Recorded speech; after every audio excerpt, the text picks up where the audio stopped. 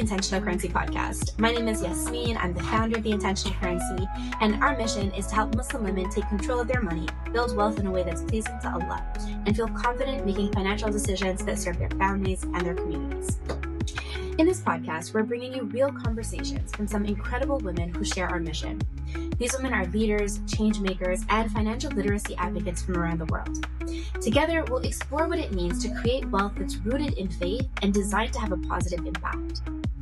Each guest brings their own journey, their struggles, their wins, whether it's setting up an emergency fund, learning how to invest, or figuring out how to manage finance and family. Our hope is that their stories inspire you, empower you, and remind you that financial empowerment is for every Muslim woman who wants it. Thank you so much for joining us, and let's get into the conversation.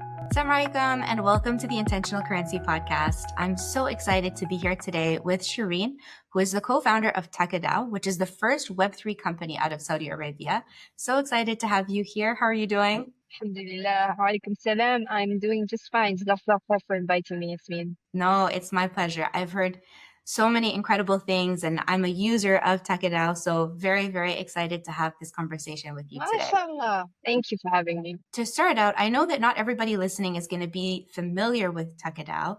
I would love if you could kind of share how you got into this space and a little bit about the work that you're doing. A little bit of backstory. You know how in your life, you can sometimes point back to events that have happened that have brought you to where you are today.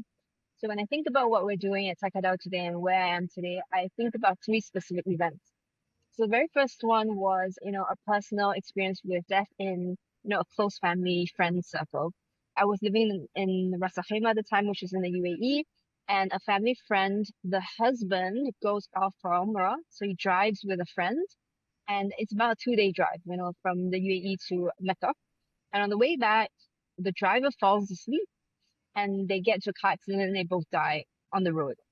SubhanAllah, we heard about the news. I remember the wife at the time, the oldest child was about 12 years old. And so when we heard, we were like in shock, right? Nobody expects a death at that point in time in life. It's unexpected. So when we heard, we were like, we need to go and do something. So we go to her house the next day and we try to offer her support. The thing that I remember about that day is that when I entered the house, it was packed. Just sisters from everywhere. It was standing room only. I remember they had to move stuff around to allow us to sit down and everything. And the thing that, that was just people from everywhere, and they came with money, they came with food, they came with toys for the kids, and they just generally wanted to be helpful, just like we wanted to be helpful when we went to our house. And what I remember from that day was the importance of the community, especially when someone is down, right? When you are at your lowest, what you need are people around you that care about you and that want to help. And you need also more than one person. You actually do need a community because you need different kind of things to support you. You don't just need moral support, you actually need financial support. So the community was the thing that I took from that experience. The second thing in my life that left an impression was the 2008 financial crisis. I was a new adult at the time, so around late 20s. So I was paying attention. Okay, what is this thing called the economy? And what is all this financial stuff? Ironically, because I was an econ major in school, right? So I was an econ, social science, political science major in school. So I thought I knew what I was doing. And the 2008 financial crisis really taught me that whatever they taught us in school, that money is inherent. This is the financial system. Interest works this way. The way that we adjust the economy is by interest rates. All this stuff I thought was just the way money works. And I realized in 2008 that is not at all the case. And then whatever financial system we have is the result of some deliberate decisions made by some people. And this is what they created, what they produced. And then there are alternative financial systems that can exist, but unfortunately don't today. And the one that we have is incredibly flawed. And it's incredibly geared towards enriching a small number of people and actually effectively harming a large number of people through even things like inflation, overprinting, and stuff like that. So I was like, okay, there's got to be a better way, right? So 2008 financial crisis was like, financial system is corrupt, it's unreliable, it's got to be a better way. That was my takeaway from that. And then the last event in my life that really brought us to where we are today is my third business with my husband, my co-founder, long-time business partners, which was a technology startup. And so I'm a child of the 80s. So from, the first half of my life or so, nothing happened, right? Technology moved really slowly, everything changed really slowly. And then the second half of my life was like, number one, internet. Oh, we started with dial-up, and then we went to like DSL, and then suddenly there was like high-speed internet, and then mobile phones, and then hyperconnectivity, and then social media, and Web3. Everything happened so quickly in the last half of my life versus the first half of my life. I realized this is all technology fueled, right? So I'm like, if you want to make an impact in the world today, it has to be through technology. You have to build something that is a type of technology that will change the world. And so that is my takeaway from that.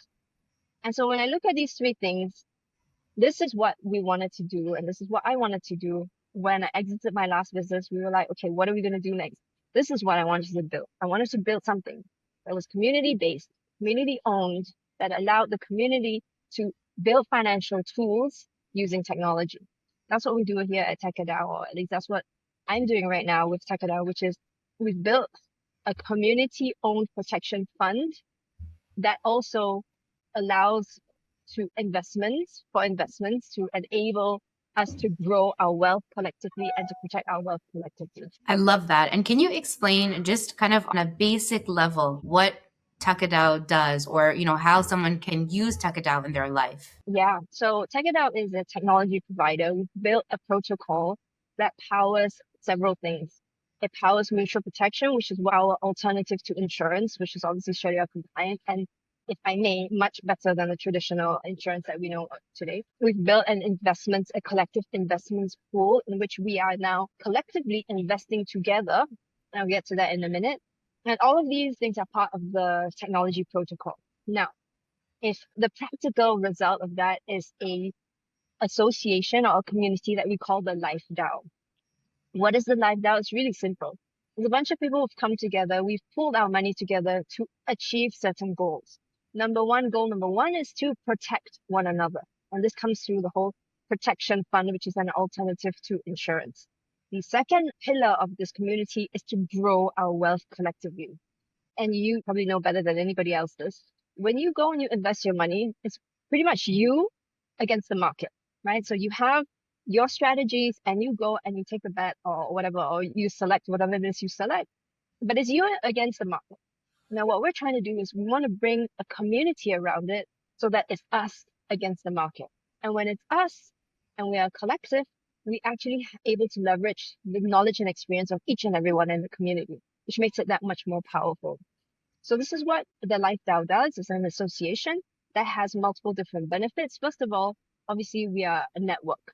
So the network is very powerful, especially among the Muslim community, but we're very often undervalued. So when we come together, we can actually really build great things together. So we have a service called Member Connect, which connects the different members of the network and tries to achieve their goals with other members of the network.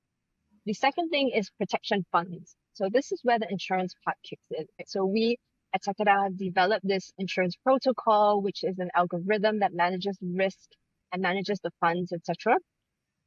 And we do today life insurance. This is going to be launched, I think, end of this month. So in the next 2 weeks, life insurance, Sharia-compliant, of course. We are subsequently launching what we call farewell benefits, which is a form of burial insurance, which is particularly critical in non-Muslim countries, because very often you pass away in a non-Muslim country, they cremate you, which is a problem. So we try to provide Muslim burials.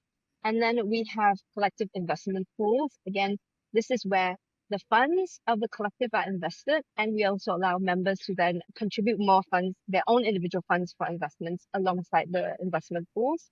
We will be launching a prepaid crypto card, and this allows people to then take whatever investments and returns and whatever crypto that they've accumulated from being a part of the network and being able to spend in the real world. So those are the concrete benefits, but right at its very root and right when we talk about the mission, it's really a community to help one another, to protect one another's wealth, and to grow one another's wealth. I love it. And I think there's such a huge need for that, especially when we talk about insurance for burial services and so on. If you don't mind, can you explain the difference between the traditional form of insurance versus the model that you have and what makes it Sharia compliant? Yeah. So this is my favorite topic of all.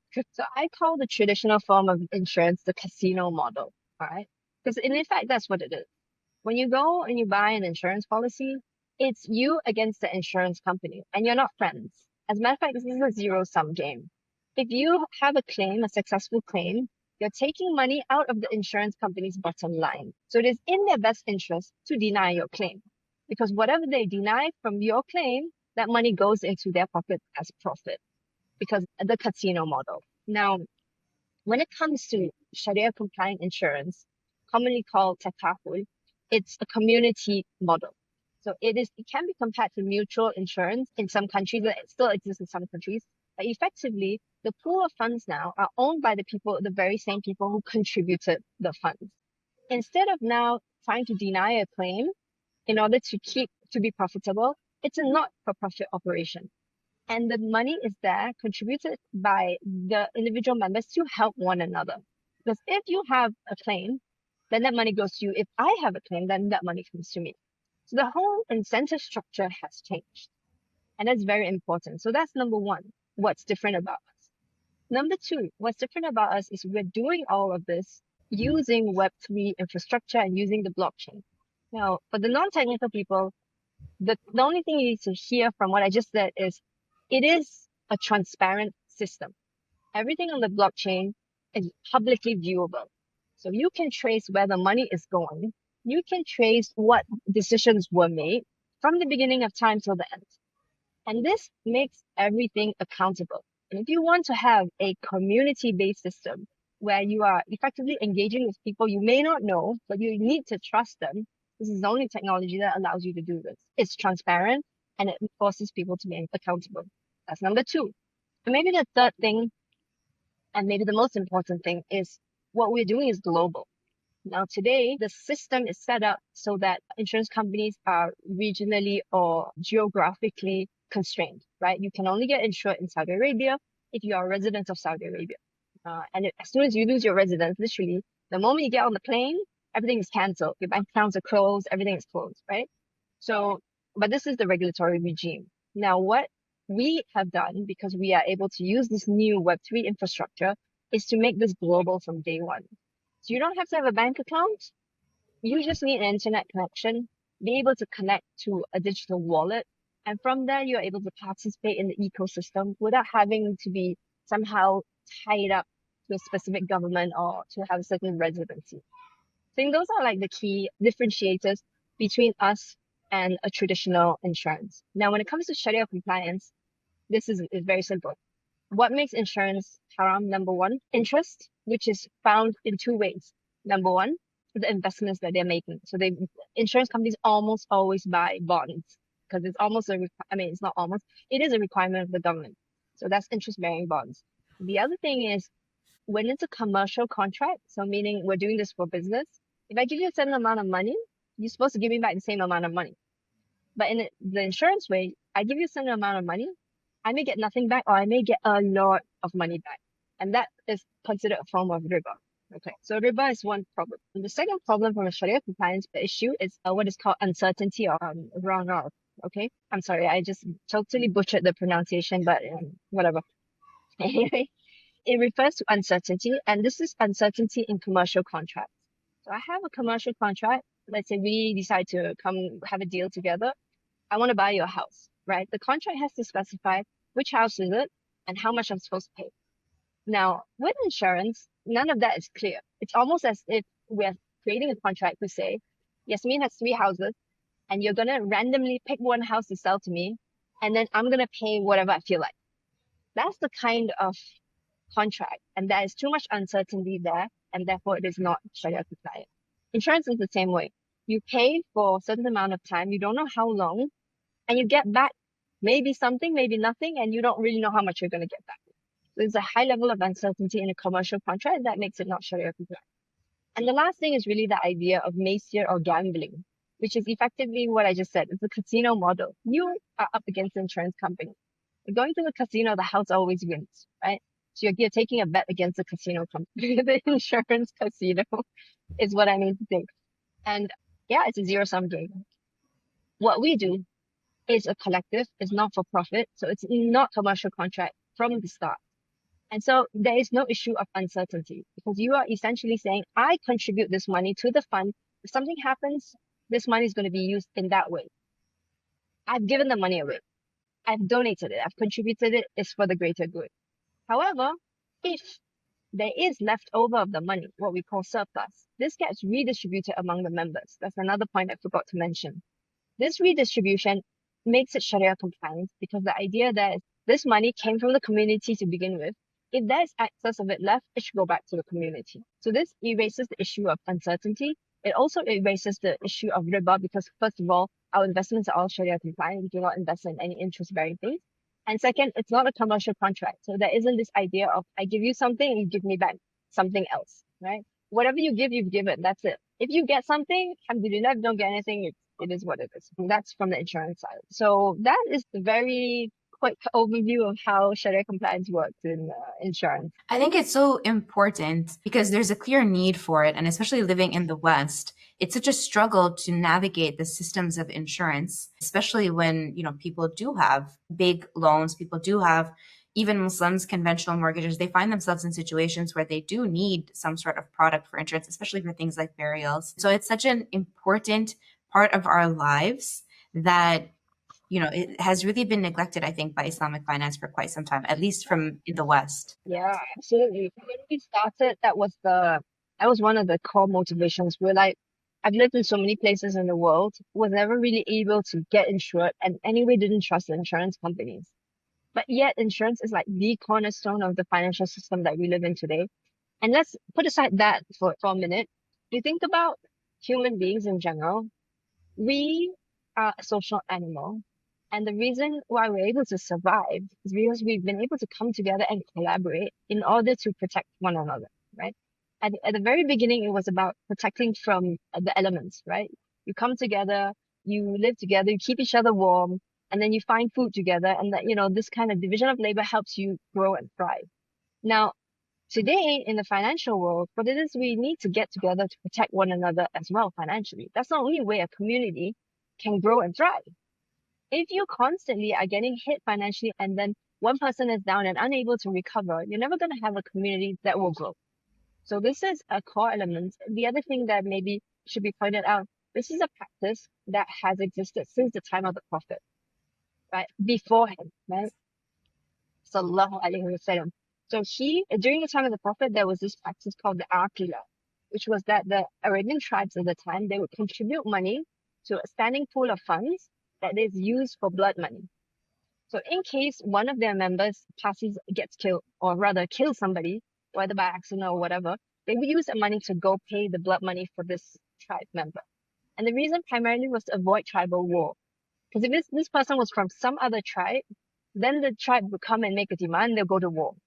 And so this was a way of collective protection. And this happened during the time of the Prophet, and he did not disapprove it.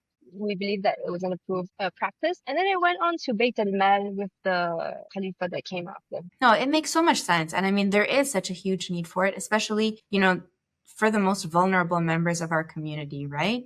I want to shift gears a little bit because you've built such an incredible company that's really fulfilling such an important need. My question is, there are so many women who are coming into this sphere of entrepreneurship. What sort of advice, I guess, would you give, or what have you learned as your experience being a Muslim woman, visibly Muslim woman in the entrepreneurship space? So I'm going to say something pretty unpopular, which is that I think it's important to have a diverse team, right? And I don't mean diverse just from the point of view of race, but I also mean from gender. So while I do believe that as women, we are very much powerful and capable of just about anything, I very often also appreciate that the man comes with his own set of. I know women have a very good attention to detail. I'm generalizing because not everyone. Attention to detail. There's a certain emotional intelligence that we have that perhaps men don't have as much. And there are a lot of things that we come with, but I think it needs to be complemented with the other side of the equation as well. So while I feel like Muslim women are very capable, I don't also think that it should only be an all woman thing. I'm always of the opinion that, okay, there should be a balance. So that's probably somewhat unpopular. Other than that, I don't know because I've always been a woman, so I really don't know what the alternate experience might have been. Have you found sort of, when you go to raise funds, for example, or, how have you found your experience to be, or what advice would you give to other women who maybe it's their first time in this entrepreneurship space? They're looking to grow their company. What advice would you give to them? The first most important thing is to have very, very, very thick skin and to just grow the thicker skin you have because you will get so many no's, you will fail, you'll be laughed at, you'll be insulted, you'll be like belittled. Every negative thing will happen to you. And you have to go through those experiences as though you are earning badges. Right? Every bad thing that happens to you, you have to take it as a badge of honor and be like, okay, that's one notch in, this category which I was looking for. And like we say, you have to be looking for the no's in order to get to the yes. You know you're gonna eventually get to a yes, but it's gonna take you at least 100 no's before you get to the yes. And that's the thing that I think as women, we do get a little bit sensitive sometimes and we don't have as thick a skin as we would like. Again, I'm generalizing. But yeah, that I think is the most helpful thing. You being able to brush it off and be like, okay, whatever. I needed that. Now moving on.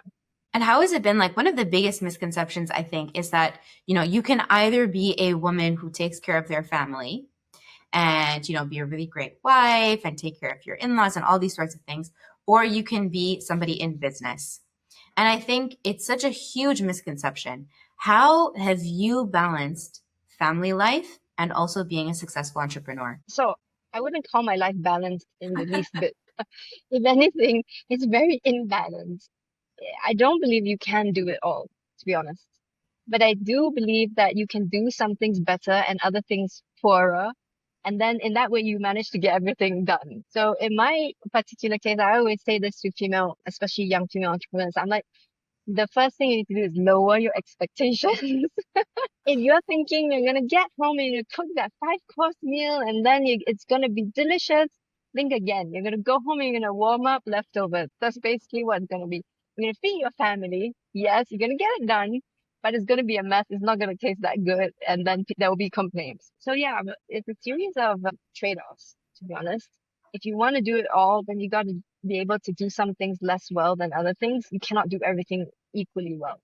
And then you have to figure out for yourself from day one what are your priorities and what is it that you absolutely have to do very well and what is it you can maybe not do so well, you know?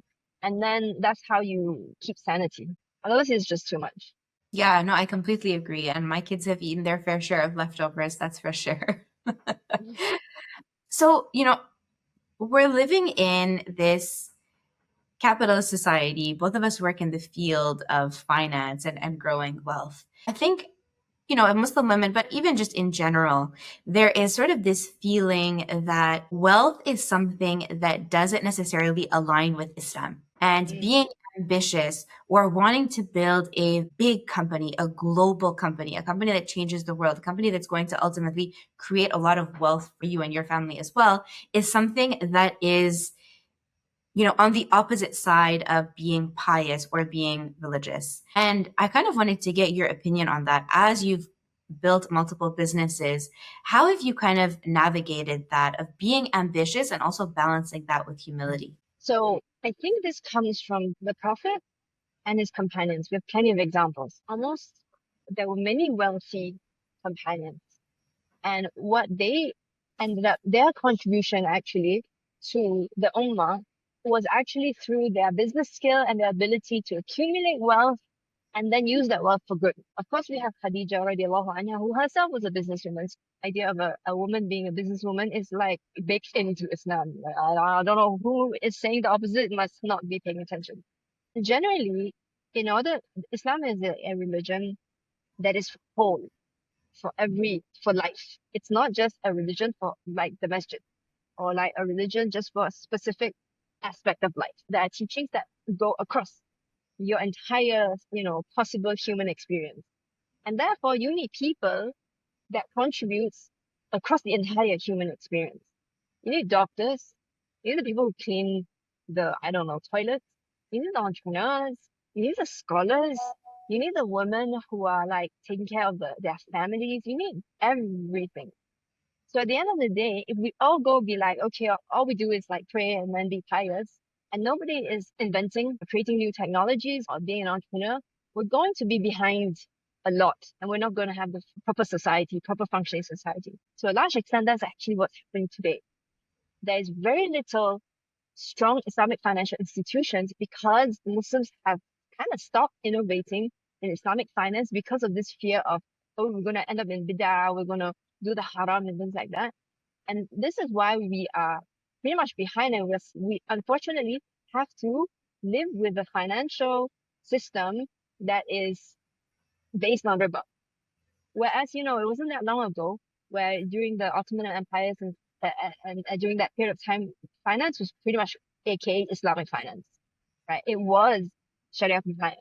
But then we've let that go. Even today, we're consuming technology. Riverside, for example, all this technology is built by somebody else. And we have this, I'm not going to get into the whole idea of boycotts or whatever, but we are in a situation where we have ceased to innovate, or at least we're not innovating at a fast enough pace. And we have to consume stuff that other people have built. And then we have to complain about it.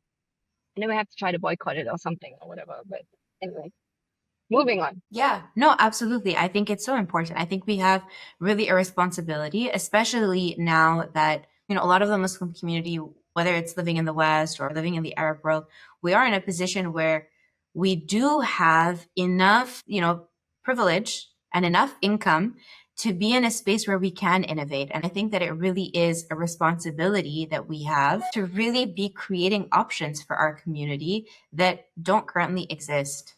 100%. 100% agree. So I guess I want to sort of ask you, if you were, let's say, I want to take advantage of your business knowledge here. So there are so many women who are coming into this entrepreneurship journey, I think, and it's been absolutely incredible to see. There is the world of social media. There is, getting funding. There are all these different aspects.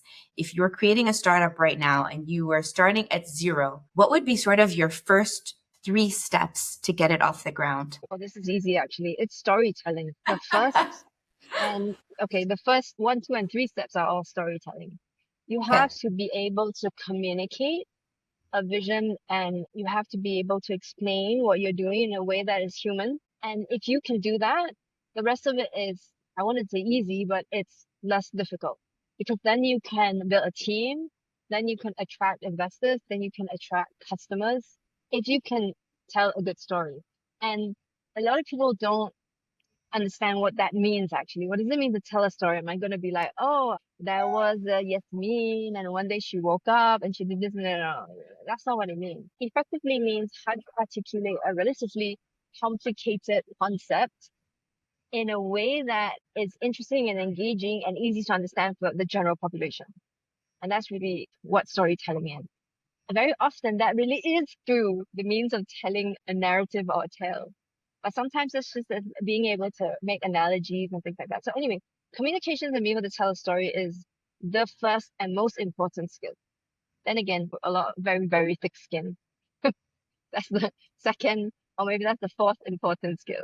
I think that's so important because it brings it back to really the essence, right? Which is we are ultimately, yeah, we have these numbers and these KPIs and social media. Everyone's so focused on all of these things that we should do, but ultimately it is, even business is such a human experience or a human interaction. Yeah, 100%. I mean, women, again, generalizing here, are generally very good students. We know how to follow rules. And everything they teach you in school is, if you do this and if you, check the box, the rubric is here. If you do all this, you're going to get an A. Life is everything but this, right? Life is like, don't do what is expected of you, or you're pretty much going to get a B or a C. You got to do the unexpected. And you have to cut the corners and you have to do all those things which you're not supposed to do. And that's how you succeed in business. So it's not something that you can learn in school, it's something you learn on the ground.